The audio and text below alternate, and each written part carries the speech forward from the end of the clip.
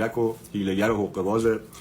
مسائلی که پیش آورد تک تک با برنامه‌ریزی بود، قدم به قدم این راهی که اومده تا همین الانی که هست و حالا به نوعی داره زندگی انگلیشو ادامه میده.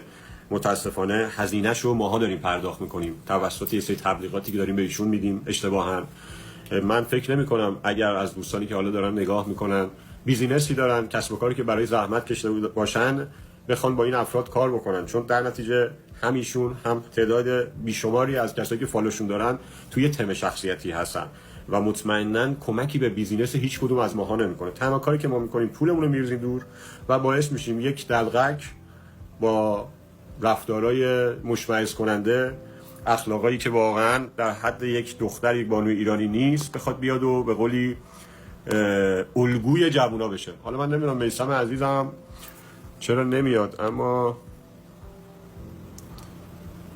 اجازه بدید من ببینم چجوری میتونیم آقای میثم رو بیاریمش.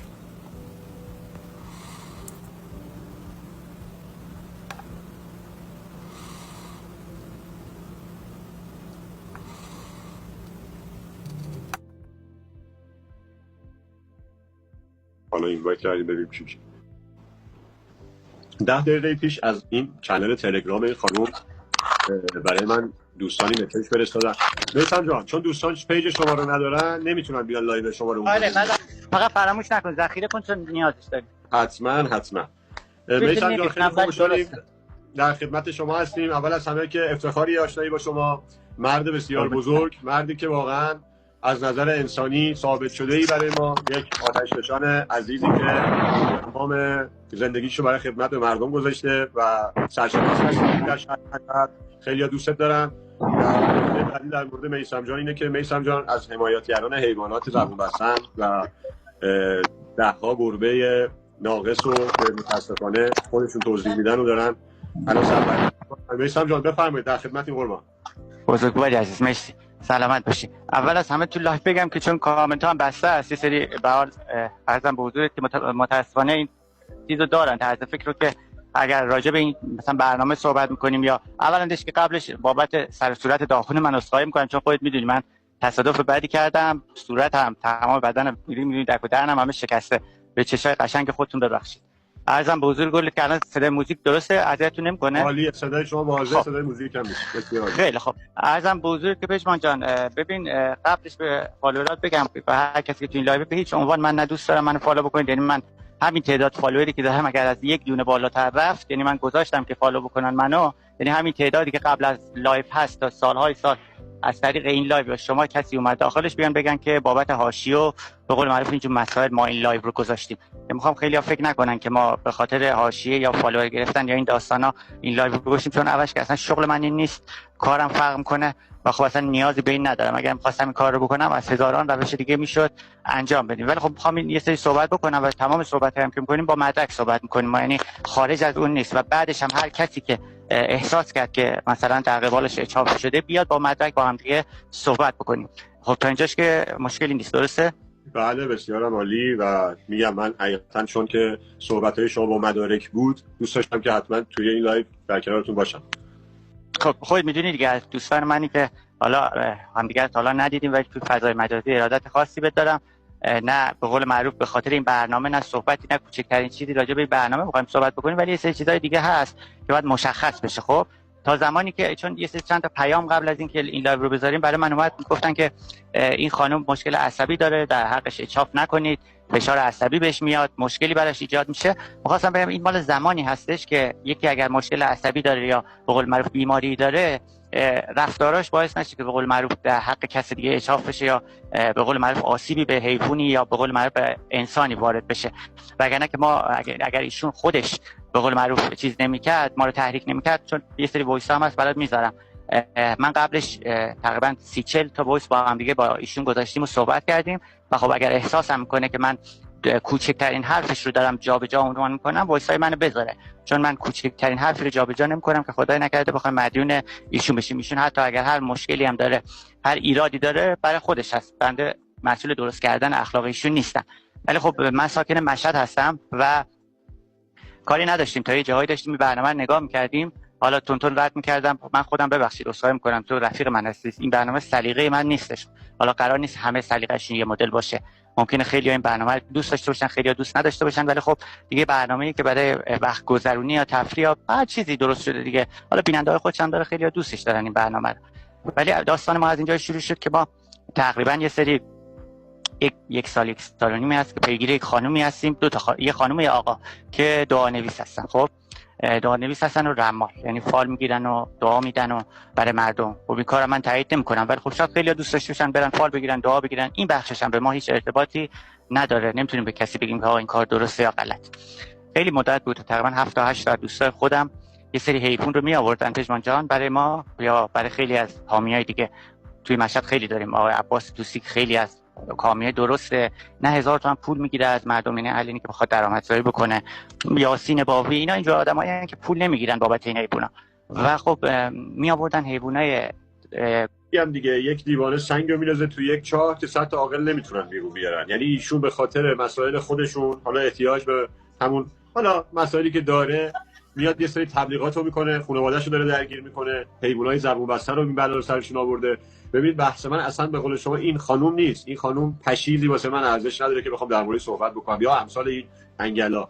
ولی زمانی که من اینا رو میشنوم و با مستند باید بیان بگم، وجدان من قبول نمیکنه که آدم‌ها بیان پول زحمت کشیدهشون رو 10 تومن 5 تومن 20 تومن بدن به ایشون تبلیغ بکنه، اون پولو بگیره خرج اتیناش بکنه و برکت از زندگی مردم بره و بیاد مسائلی رو داره نمایش میده که هیچ کدومی با فرهنگ ما اصلا هیچ سنخیتی نداره. من اصلا مسئله من پوشش و خوردن مشروب و نمیدونم این داستانا نیست، هر چیزی به اندازه همه دنیا سلیقه‌ای دارن انجام میدن.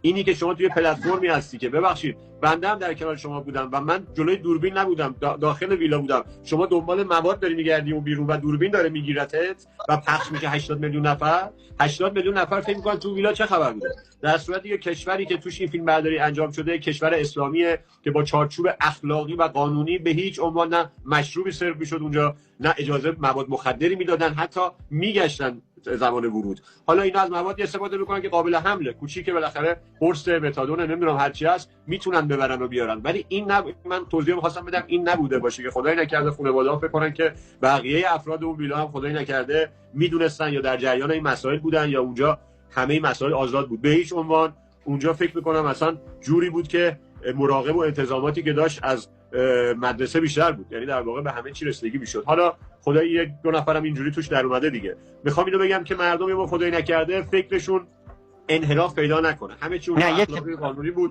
ولی متاسفانه امثال این خانم معلوم الحال چه در اون بستر پلتفرم یا توی زندگی شخصیش، چه در ایران چه در اینجا، هزاران تا مشکل دارم و من به هیچ عنوان نه دوست دارم نه اجازه میدم اینا بخوام بشن الگوی جوان‌ترای کشورم. من 8 سال زحمت کشیدم، درس خوندم، 3 سال پزشکی. حالا خیلی سوال می‌کردن آقا مدرکت کو؟ مدرکم دنبال مدرک من نباشید، اصلا مهم نیست.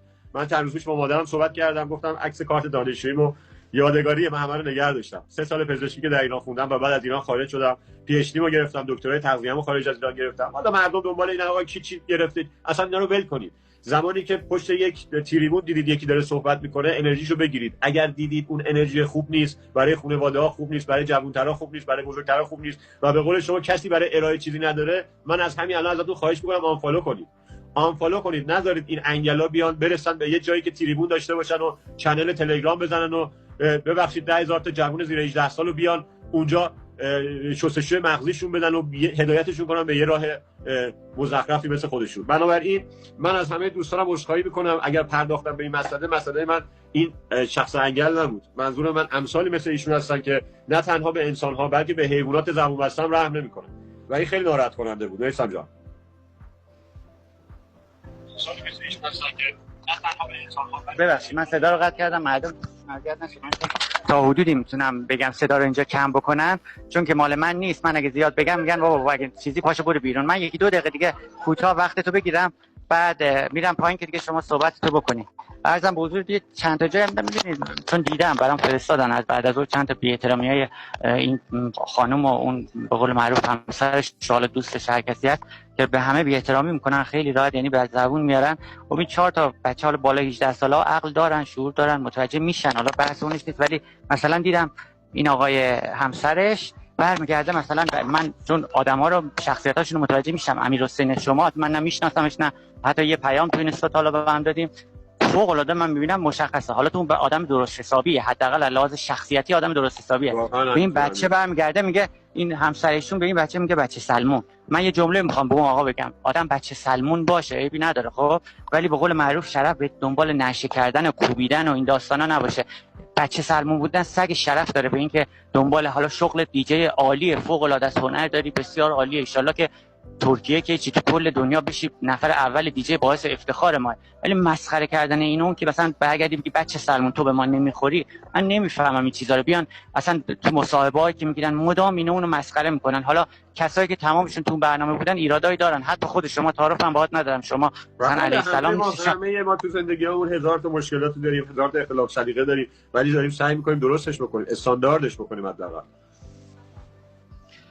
درسته پژمان جان، این کلیت ماجرا. من بعد لایو هم استوری میکنم اینا رو که مردم ببینن و خب اعضای اصلی خانواده‌اش هم هر کدوم به قول معروف خانواده درجه یک، چون آمارش در آوردم مادرش که ایران نیست فعلا، ما دنبال کارش هستیم. یعنی من از خونه این حیونا نمیگذرم، ندارم من اونایی که حیونا رو دوست دارن حداقل. حالا بقیه برای شما خیلی شاید اینا یه کانال تلگرام دارن، دیروز برای من فرستادن، پیج منو فرستاده، مثلا من که اصلا نه بلاگرم نه مثلا شغلم اینه، نوشته برین زیر کامنت های این فوش ناموس رو بکشین به رو روون مرداش. خب دختر خوب، تو مثلا بیان زیر پست من فوش بدن چی میشه؟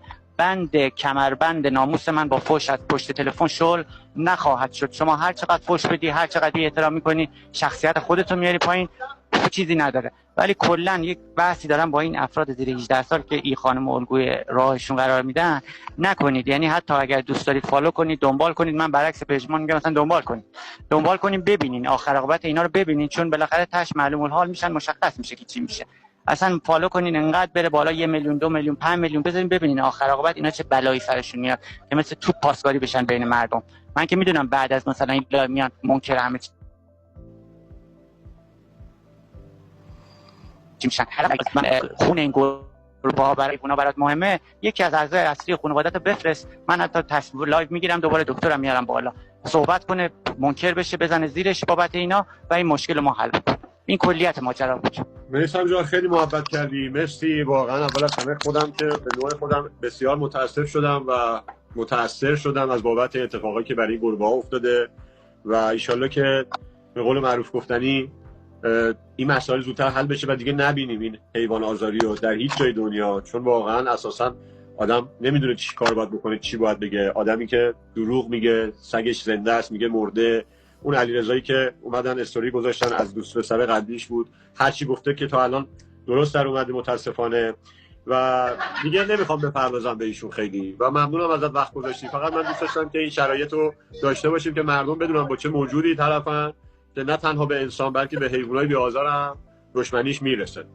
نه من بعدش استوری میکنم وایساشو ببینن، یعنی اینقدر وقیح که میگه اصلا برای مهم نیست، فقط اینقدر باز بی معرفتن، یعنی خب بین خودشون خودفروشی هم میکنن. به من وایس داده که من اون دعانویسه رو باش قرار میذارم میفروشمش، بگیرینش ولی من تو شکایت خط بزنین، وایسشو میذارم. یعنی ببین باز چقدر بین خودشون آدم فروشن. یعنی تو اگه باز اون همه پول از اون دعانویسه گرفتی، باز میای میگی من میفروشمش، مثلا بیاین اونو بگیرینش وایسشو میذارم گوش کنین. جالبه میگه من اونو میفروشمش ولی من تو شکایت خط بزنین. خب یعنی چی؟ یعنی من میام اون آدم فروش هم هستین دیگه. خب آدم کاری هم میکنه پاش وای میسته دیگه. میثم جان آدمای حقوق باز و دغل و حرومزاده دو دستن، دسته اول و دسته دوم.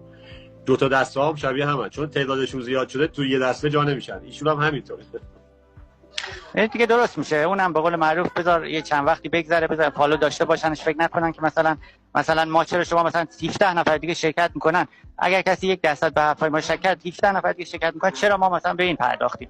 و خب بخوام دنبال این باشه که میگم مسائلشون رو مردم خیلی 90% مردم درک بسیار بالایی دارن و خودشون قدرت ادراک دارن، متوجه میشن کی درست میگه کی اشتباه میگه و چرا ما داریم اینو میگیم. خدا شاهده من نه احتیاجی به قرونی دارم که بخوام بابتش بیام حاشیه درست کنم یا ببخشید وقت اضافه دارم. خدا شاهده من 1 ساعت باشگاه رفتنمو در روز به هیچی ترجیح نمیدم، ولی امروز وقتمو فقط گذاشتم بابت اینکه یه سری اتفاقایی که مردم نمیدونن چون در جریان نیستن و ساده نگاه میکنن و اطلاع رسانی کرده باشیم که شب که سرمون رو میخوایم بذاریم رو بالش، ما دیلمون با اون بالایی است، با خدامونه، کاری هم به هیچ چی من ندارم. ما نونو میندازیم تو دریا، ماهی نبینه خدا میدونه که ما برای چی داریم این کارو میکنیم. خیر باشه آقا، خیلی لطف کردی میثم جان، ممنونم ازت، محبت کردی. ان شاءالله که این مشکلات هم حل بشه. من دست شما رو میبوسم که اینقدر محبت داری و حمایت داری میکنی از اون گربه‌های صغیر و ان شاءالله که به امید خدا زودتر به سزای اعمالشون برسن دیگه. می آوردن گربه‌ای رو بدون دست، یعنی 2 تا گربه مثلا 2 تا دست، یا 2 تا دست نشن یا یه دونه. یه مدتی شد خیلی این داستانم وایرال شد، یعنی توی حامیا خیلی وایرال شد ولی کسی نتونست جلوشو بگیره. بعد گربه می آوردن 2 تا دست از بیخ قطع شده، می آوردن مینداختن میرفتن حامیا. ای بابا، مشابه این میثم جان یه ذره بیار بالاتر ببین دقیقاً این شکل. خب ای وای خب این گربه‌ای که دستاشون 2 تا دست قطع میشه، خب ببین از انگار به قول معروف از سر دستا رو قطع میکنن که خب خیلی پیج هم هست، اگر یه سرچ بکنن یکی از معروف ترینشون اسمش نمیدونم حالا تا آخر لایو یادم من میگم بهتون، مستند همه فیلماش هست. این دعانویسا به قول معروف مردم که میرفتن پیششون میگفتن مثلا ما فال میخوایم، دعا میخوایم زندگیمون پیشرفت کنه، چه میدونم این زندگی به هم بریزه که اصلا از بیخوبون غلط هست. میگم بازم اونو ما بهش کار نداریم، شاید خیلی بگن شاید که دوستش رو فال بگیره، دعا بگیره، درسته بریم بگیر به قول معروف. و تظاهر به حیوان دوستی، تظاهر به انسان درست بودن، این درست نیستش که آدم فقط بخواد به خاطر درآمدش. من که درآمدم مشخص است، اینستاگرامم درآمد ندارم، پیجم هست، حتی 1 ریال تا حالا، یعنی اگر کسی 1000 تومانی بابت کمک به حیوانات من گرفتم از کسی، بیاد اینجا فیششو بذاره بعد استوری کن، شما بگو تمام حرفات از بیخوبون دروغ بود. یعنی من توی هایلایتام نوشتم به هیچ عنوان 1000 تومانی از کسی بابت حیوانات دریافت نمی‌کنم.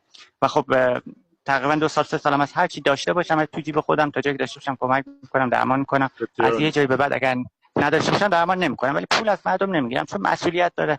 ما حرف و حدیث پشت سرش زیاده، چه خوب چه بد انجام بدی حرف و حدیث پشتش زیاد آخر سر. چون یه دست فقط من حقیقتا خیلی خونم، فقط من می‌خوام خواهش کنم که زودتر بریم سر اصل مطلب که دوستان دقیقاً متوجه بشن که مربوط به چه چیزیه این لایو و من خودم هم خیلی خوشم. آره این بعد ارزم به حضورت که گربه رو میآوردن. ما میخوام بهت بگم که از کجا وصل شد به این خانم. ما دنبال این شخص بودیم، چند نفر 8 نفر 9 نفر شکایت کردن از این دعانویس و رماله، ولی خب پیداش نکردن چون ظاهرا تو رفت آمد به قول معروف ایران نیستش، پیداش نکردن. تا یه مدتی از این برنامه گذشت من دیدم این خانم اسمش نمیبرم ولش کن که باز توی لایو چیز نباشه، این خانم تبلیغ این دعانویس رو میکرد پژمان. آره دعانویس رو تبلیغش رو میکرد و توی تبلیغ هم به صراحت میگه که این خانم مورد اعتماد منه و که چندین بار این خانم گذاشته. نگاه کنید میثم جان دوربینت یه مقدار تاره به خاطر همین خیلی مشخص نیست. الان درست وایسا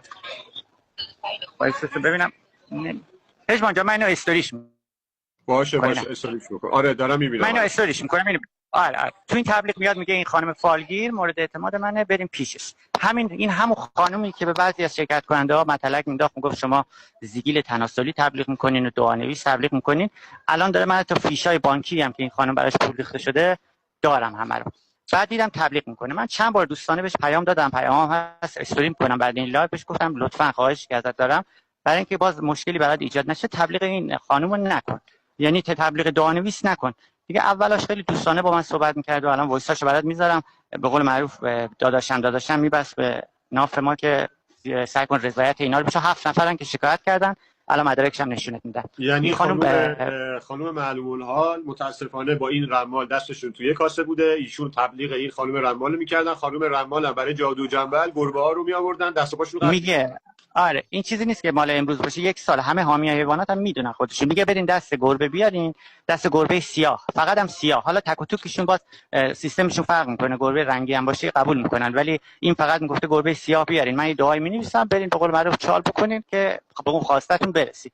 بعد من به خانم پیام دادم، 2 روز با هم دیگه صحبت کردیم لایو، یعنی توی اینستاگرام وایس میداد منم وایس میدادم، با هم صحبت میکردیم. اول قرار شد که به قول معروف دیگه تبلیغ نکنه و این خانم ما معرفی کنه. من وایساشو بعد لایو میذارم تصویری عمل چون اینجا نشون بدم. نگاه اگه میتونم کمکتون کنم اسم من از شیبرنامه بردارین چون که من اصلا ایران نمیام، من واسه خانواده‌ام مشکل پیش میاد، من خودم خیلی مشکل دارم. یاد میشه از این مورد کمکتون کنم. حالا صدا دقیق نمیاد ولی استوری اینا رو میذارم بعد یکی که مردم نگاه کنن خودشون متوجه میشن. ایشون به من اول گفت آره اینا ببین الان اون قسمت جامعه ما کار داریم که به قول معروف با عقلشون تصمیم میگیرن. مردمم اونایی که سن و سالی دارن یا تجربه دارن انقدر شعور و شخصیت و فهم دارن که اصلا بدونن چی درسته چی غلطه. اصلا ما به اون 50 60 هزار تا کامنت فوشی که تو تلگرامشون به قول معروف می‌نویسه برین زیر پیج فلانی فوش بدین، به اون بخش کار نداریم. اونا دوست دارن که خودشونو گول بزنن، ما هم کاری به اون بخش نداریم. بذارید هر چی دوست دارن زندگی بکنن. بعد سریعتر بگم وقت بقیه هم نگیرم. بعد عرضم به حضور تا پیش رفتیم و این خانم گفتش که باشه من دیگه تبلیغ نمی‌کنم و اینو بهتون معرفی می‌کنم. گفتم باشه. 3 روز 4 روز گذشت، من منتظرش موندم، جواب نداد. بعد دوباره دیدم تبلیغو گذاشت. تبلیغ گذاشت و تبلیغ همون اون رمال و اون جادوگر رماله رو گذاشت. رماله به من پیام میداد خودش، بعد میگفت نه قسم خاک مادرش میخورد که نه من نمیدونستم دست گربه همین خانم معلوم الحال میگفت به خدا به جان مادرم نمیدونستم داستان اینو اینا. گفت اگه نمیدونستی چرا دوباره آگهیش میکردی دوباره؟ اصلا همون یک بارش هم اشتباهشه، بس که 4 بار پیام. بعد فیشایی که اون خانم دوغانویس براش پول ریخته برای من فرستاد و هر دفعه 10 میلیون تومان از خانم میگرفته به قول معروف برای فال گرفتنش. این همون خانومیه که حالا راست یا دروغش کردن خودش، ما قاضی نیستیم، برای مردن سگ گریه میکرد و به بقیه میگفت شما اینو تبلیغ میکنیم. بعد دیگه نرسید، رسید به جایی که با هم بحثمون شد. گفتم خیلی خوب، میخوای تبلیغ کنی تبلیغ کن، ما از راهش وارد میشیم. هی مدام میگفت من توی ایران وکیل دارم، من توی ترکیه وکیل دارم، اینو دارم اونو دارم. گفتم خب اگه وکیل داری یه روز بگو بیاد ما با هم بریم اون شعبه. ما مجبور شد 2-3 نفر از این شاکیا رفتن از این خانمم شکایت کردن، چون خدا رو شکر قانون من دعانویسی جرمه و خب تبلیغ کردنش جرم بدتریه، چیزی که کلا خدا رو شکر تو مملکت ما هم راحت از این چیزا نمیگذرن، یعنی حق کسی ضایع بشه. این دعانویس 60 میلیون 70 میلیون هم مردم میگرفت، آی فلان دعا رو بدم، بعدم درجا بلاک کردش. بعد خدمت گلت بگم که دیگه جواب نداد تا اینا رفتن ازش شکایت کردن. منم گفتم خیلی خوب برو وکیل تو بردا بیار بفرستش، من آدرسمو بهت میدم، بگو وکیلت بیاد با هم صحبت کنیم رضایت این چند نفر بگیریم. حتی اولش خدا شده من خواستم که نخواستم، مثلا دوست داشتم یه جوری حل بشه. من از ترسم حتی، چون این قش جماعت یعنی حاضرن که یه چیزی ازت ببینن یه وسیله بهت بچسبونن. من تو عین 15 تا 20 تا وایسی که بهش دادم اولش گفتم خواهر من چون میدونستم این بعد از اینکه این قضیه رو بیام بگم میاد میگه این به من چش داشت اون به من چش داشت، از این حرفا زیاد میزنه. اینا براشون مهم نیست که حیثیت خودشونو ببرن پایین. من همیشه میگفتم خواهر من. دیگه عرضم به حضور گلت که تا دیگه منو بلاک کرد و منم بلاکش کردم. اولش که گفتش که تو رو خدا شکایت نشی، چون یه سری پول تبلیغات این دعانویس به حساب مادرش ریخته. حالا این 2-3 نفری که ازش شکایت کردن پیگیر هستن از طریق حساب مادرش. در جریان این مسائل بودن یه جورایی دیگه حالا من نمیدونم که مثلا به خانواده‌اش گفته این پول مال آگهی دعانویس یا نه رو من نمیدونم، ولی خب دیگه حالا من میدونستن که چون 10 میلیون تومان رو مثلا بعضیشو به حساب مادرش ریخته، چون رسیداش هم برای من فرستادن. بعد ارزم به حضور گلت که برام پیش اومد وسط حرفت. حالا شما در فرض میگیریم که ایشون نمیدونسته که این مسئله گربه ها به چه صورته، ولی شما براش توضیح دادید که این موضوع داره پیش میاد، گربه ها دارن به این شکل سربنیس میشن، دستاشون قطع میشه و این کارو نکن، و ایشون دوباره مجدد این کارو کرد. درسته؟ اصلا عکساشو من فرستادم براش. اولش که اومد در راه به قول معروف شروع کرد به تعریف کردن زندگیش که اون آقای علیرضا بنده خدا همون که توی کلیپ میگه من نامزدشم، فکر کرد مثلا من در من با اون کاری ندارم، مثلا اون سر دنیاست ما این سر دنیا. بعد خدمت گلت بگم که پیش رفت تا جایی که دیگه ما مجبور شدیم این 3 نفر از خود این خانم هم شکایت کردن به خاطر تبلیغ همین دعانویسی و رمالی. و خب حالا اگه وکیل داشت که خب یه زنگی میزد بالاخره میومد این مشکل رو حل میکرد دیگه. میگه آقا من اصلا اشتباه کردم تبلیغ کردم، حاضرم مثلا اون 6-7 نفر رو برم مثلا رضایتشون رو بگیرم. خب دیگه بلاک کرد دیگه نشد، من نتونستم کمکش بکنم به قول معروف. بعد ارزم بود بعد از ظهر یکی از همین اینا که رفته شکایت کرده حکم جلب خود همین خانم مهدی سادات زیایی رو گرفته. حالا من روی مهدی سادات زیایی درست می‌فهمم زیایی مشکل نخوره روی مهرش اینا رو خطی کردم. بعد میکنم بعدش حکم جلبش گرفتن، حکم جلب خود این خانم مهدی. حالا توی وایسی به من گفت من اصلا ایران نمیام، برای من مهم نیست، بذار حکم جلبمو بگیرن چون دیگه پامو ایران نمیذارن. ولی بالاخره یه روزی مطمئن باش ایران خواهد گذاشت خانم، مثلا امکان نداره. بالاخره 1 سال 2 سال مسئله انسانی، به خاطر که ماها انسان‌ها زبون دفاع کردن از خودمون رو داریم، عقل و شعورش رو داریم، اما مسئله حیوانات یه جوریه که واقعا قابل وقت نیست. من مطمئنم دوستان حمایتگری مثل خود شما که در ترکیه هم هستن مطمئنم به این امور هم رسیدگی خواهند کرد، چون این اصلا به نظر من یک معضل خیلی اساسیه. یعنی من واقعا زمانی که برای من گفتی تا 2 روز حالا افسرده داشتم، اصلا نمیتونستم فکر کنم که یه آدم نه بابت 10 میلیون تو بگو 10,000 دلار بتونه یه وجدانشو به زیر پا اون گربه ملوس خیابون تو دو تا دستاشو قطع بکنن، بعد نه یه دونه نه دو تا، 10 تا از این گربه. ببین چقدر شما خبر نداریم، همونجور مثلا کشته شده بردن مثلا یه جا انداختن و چیز. حالا این کلیت ماجرا بود، ولی خب من خواستم که تا جایی که شد کمکش کنم، چون هم همشهری منه، هم به قول معروف یه دختری که چون الان 3 تا 4 تا پیام اومد میگه حالا نمیدونم از طرف دوستاش بود که نکنین این کارو، این مشکل عصبی. حالا میرسیم به مشکل عصبیش، باز این یک مسئله دیگه است. ازم به حضورت که مشکل عصبی داره و به هم میریزه و اینا. خب وقتی که مشکل عصبی داره چرا بعد همچین کاری بکنه که بخواد بقیه رو به قول خودش، وگرنه چرا مثلا من نوعی یا شما نوعی چرا مثلا به خانم ایکس توی اون برنامه کاری نداشتیم، چرا به خانم ایگرگ کار نداشتیم؟ مثلا چرا وقتی اینا سرشون تو زندگی خودشون حالا یک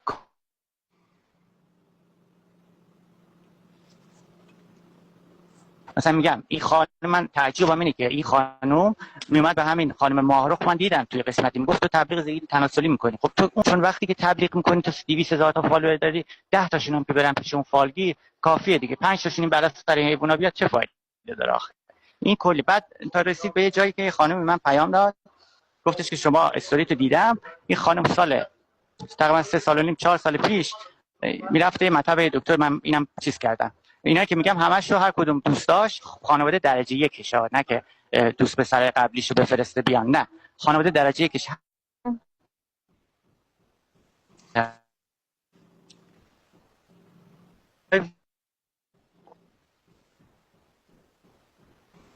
میسم جان صدات قطع شد، فکر کنم اینترنتت به مشکل خورده یکم.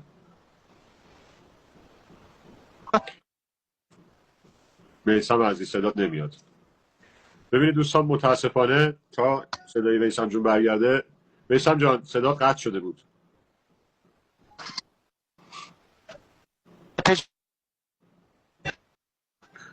تا تایمی که جناب میسم دوباره برگردن، متاسفانه ببینید خیلی‌ها گفتن چرا میپردازید به این خانم، ارزش نداره. خدا شاهده وقتی من اینا رو شنیدم. میاد الان صداتون خوبه، بفرمایید.